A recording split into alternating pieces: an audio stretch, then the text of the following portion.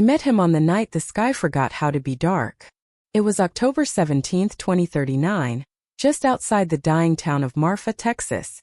I'd driven 4 hours from Austin with a trunk full of camera gear because the Persephone comet was making its once-over 200-year pass, and the internet promised the darkest skies in the continental United States. I wanted footage no one else had. I wanted something that would make people feel small the way I needed to feel small that year. I found a dirt service road that snaked behind the old airfield, killed the engine, and waited for the stars to come out the way they used to when I was a kid, before light pollution, before my mother's cancer, before I learned how easily people leave. The comet arrived right on schedule, a pale green bruise across the Milky Way. I was adjusting the ISO on my Sony when the second light appeared. It wasn't a meteor.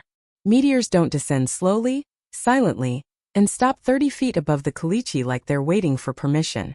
The craft was the size of a city bus, shaped like a teardrop made of black glass. No seams, no rivets, no lights except a faint silver glow along its underside that pulsed once like a heartbeat, then settled into stillness. A seam appeared where none had been. A ramp unfolded without sound, and he walked out. He was tall, maybe 7 feet, but not humanoid in the Hollywood sense.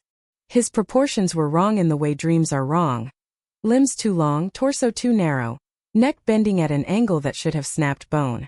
His skin was the color of moonlight on water, shifting, iridescent. But his eyes were liquid mercury poured into perfect ovals, reflecting every star in the sky and a few that probably didn't exist in my catalog. When those eyes found me, I forgot how lungs worked.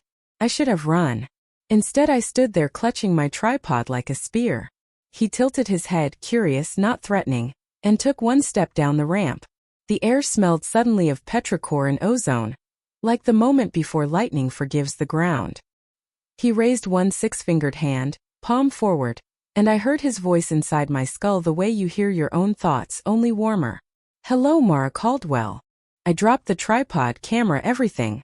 The lens cracked against a rock. I didn't care. He knew my name.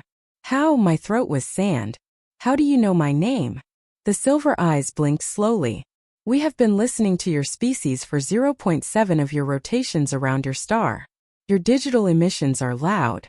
Your name appears often beside the word grief. I laughed, a crack sound. So you came all this way because I'm sad on the internet? No, he said, and the warmth in the voice deepened. I came because you are the only one transmitting consciousness within 200 of your kilometers, who is not afraid of the dark. He stepped fully onto the dirt. The ramp retracted. The craft sealed itself like a mouth closing. We were alone under a sky suddenly too large. His name, when he gave it, felt like trying to pronounce a chord played on glass bells inside a cathedral made of wind. I shortened it to Kale. He accepted this with a ripple of amusement that tasted like citrus on my tongue. Kale asked if he could sit. I said yes because saying no felt impossible. We sat on the hood of my rented Corolla, him folding those impossible limbs like a praying mantis trying to be polite, me hugging my knees and trying not to cry. The comet crawled overhead.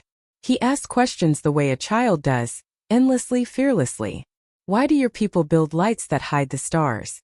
Why do you preserve images of the dead in rectangles of glass? Why do you sing songs about leaving when staying hurts less? Do you ever recover from being left? I answered as best I could. Hours slipped past. My phone died. The temperature dropped until my breath fogged, but I wasn't cold. Warmth radiated from him like sitting near a fire you can't see. At some point he reached out and touched the crack screen of my camera. The fracture sealed itself, glass flowing like water. The footage I'd shot of the comet reappeared, but now it contained something else. A second light, his ship, descending in perfect focus. He had given me the impossible proof and made it beautiful. Why? I asked. Because you want to be believed, he said simply. And because I want to be remembered. The sky began to pale in the east. Kale stood. I felt the loss of his warmth like a physical blow. You have to go, I said. Not a question. My kind are pursued. The silver eyes dimmed. There is a war older than your star. My ship is damaged. I can hide here for one of your nights no more. Then I must run again. I don't know what made me say it. Grief, loneliness, the absurd romance of dying stars, something human and stupid. Come with me. He studied me for a long moment. You do not know what you offer. I have a guest room. And blackout curtains. And no one checks on me anymore. A sound like wind chimes laughing. Your dwelling is 3.7 kilometers away. My physiology requires. I have a couch that reclines. And I make excellent coffee. He looked up at the brightening sky, then back at me. Something vast and ancient moved behind those silver eyes. Something that had watched galaxies collide and still found my offer astonishing. Very well, Mara Caldwell. For one rotation of your lonely planet, I will be your guest. I drove home with an alien in the passenger seat. He had to fold himself almost in half to fit, knees against the dash, head brushing the ceiling. I kept stealing glances. In the glow of passing headlights, his skin cycled through every color grief has ever worn. He stared out the window like a tourist seeing Earth for the first time, which I guess he was. Your world is wetter than anticipated, he said. Wait till you meet Texas humidity. He didn't understand sarcasm yet. That would come later. My house was a 1940s bungalow on the edge of what used to be a cotton farm. Inside. Books stacked like Jenga, dying houseplants, one framed photo of my mother on the mantel. I apologize for the mess. Kale drifted from room to room touching nothing, silver eyes drinking everything. You live surrounded by the ghosts of stories, he said, running a finger along a shelf of paperbacks. Yet you read none of them anymore. I shrug. Hard to escape into fiction when reality already feels written by a sadist. He turned. Teach me sadness, Mara Caldwell. So I did. Over the next 18 hours I taught an alien how to be heartbroken. We started with music. I played him Jeff Buckley's Lilac Wine. He sat on the floor, too tall for chairs, and cried without tears, mercury eyes swirling like storm clouds. Then Nick Drake, then Nina Simone. Each song peeled away another layer of his incomprehensible composure. We watched my mother's favorite movie, Truly Madly Deeply. When Juliet Stevenson screamed at the ghost to leave her alone, Cale reached out and paused the television with a thought. This pain, he said, voice trembling inside my skull. It is a gravity. It bends everything toward it. How do you survive carrying a star that has gone dark inside your chest? I had no answer. I just sat beside him on the couch and let him fold one impossibly long arm around my shoulders. He weighed nothing and everything. He asked to see the ocean. The nearest real ocean was 6 hours away. Instead, I pulled up drone footage of Hurricane Harvey flooding Houston. He watched houses float away like toys and made a sound I hope never to hear again. We cooked. Or rather, I cooked while he observed molecular structures of garlic and onions with the fascination of a scholar deciphering hieroglyphs. He tried coffee, black, no sugar, and declared it a mild neurotoxin that tastes of burnt hope. Then drank 3 cups. Night fell again. The comet was gone, but the stars felt closer now, as if they'd followed him home. We went into the backyard. I'd strung Edison bulbs years ago and never took them down. Under their amber glow, Cale told me about his world, what was left of it. His people called themselves the LYR. Once they spanned a spiral arm. They sang to black holes the way we sing to babies, wove ships from dark matter, lived 1,000 years and never died unless they chose to. Then came the devourers, not a species, a principle. Entropy with intention. They unmade LYR worlds one by one, not for territory but because existence offended them. Cale's mate and child were on the last planet to fall. He had been away mission when the final song went silent. He told me this without inflection, but the Edison bulbs dimmed and flickered as if the grief had weight. I have run for 9 of your centuries, he said. I thought I had forgotten how to feel anything but velocity. Then I heard your species screaming its loneliness into the void, and something answered. I asked why he didn't just ask for asylum, reveal himself to governments. He laughed, a sound like glass breaking upward. Your leaders would dissect me to learn how to dissect each other better. No. I came for one night of being seen by someone who still believes seeing matters. The air raid siren went off at 2:17 a.m. Not a test. The real thing, rising and falling across the empty plains. My phone exploded with emergency alerts. Unidentified aerial phenomena. Marfa vicinity, shelter in place. They'd found him. Headlights swept the street. Black SUVs. Men in suits that cost more than my house. moving with the practice calm of people who shoot first and write reports later. Cale stood.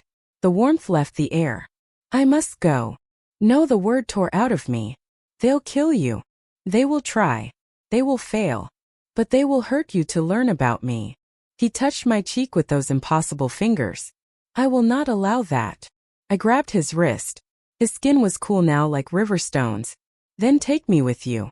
The silver eyes widened. Mara, I have nothing here but books I don't read and a mother who isn't coming back. You said you wanted to be remembered. Remember me among the stars. For a moment the only sound was the siren and my heartbeat. Then he smiled, not with a mouth or don't have mouths exactly, but I felt it like sunrise inside my ribs. Very well, Mara Caldwell. Let us run together.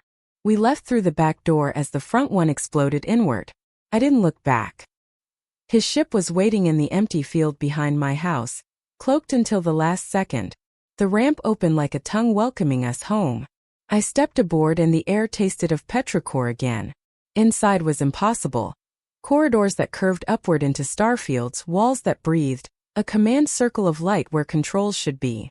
Cale placed his palm against a node and the ship lifted without sound or inertia. Through a view screen I watched my little bungalow shrink, then the town, then Texas, then the pale blue dot itself. The black SUVs fired something, missiles, lasers, prayers. They burst against the hull like soap bubbles. We jumped. I didn't understand the mechanics, only the feeling. Like falling upward through music. When reality snapped back we were somewhere else. Somewhere with two suns, one red, one gold, and a ringed planet the color of Cale's eyes. He turned to me. Where to now? I thought of every place I'd never seen, every grave I'd never visit again, every song I stillborn dream. Anywhere, I said. Everywhere. Just not alone. Cale reached for my hand.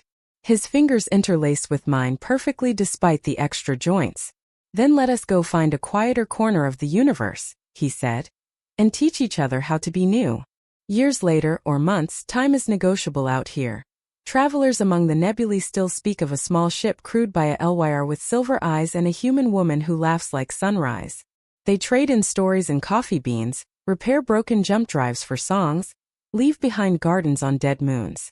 And if you look closely at the footage I left on that cracked camera, the one the government still can't decrypt, you'll see it. Just before the screen goes black, two silhouettes on the hood of a car under a comet, one impossibly tall, one stubbornly small, looking at each other like they hold entire galaxies in their palms. He still looks at me that way.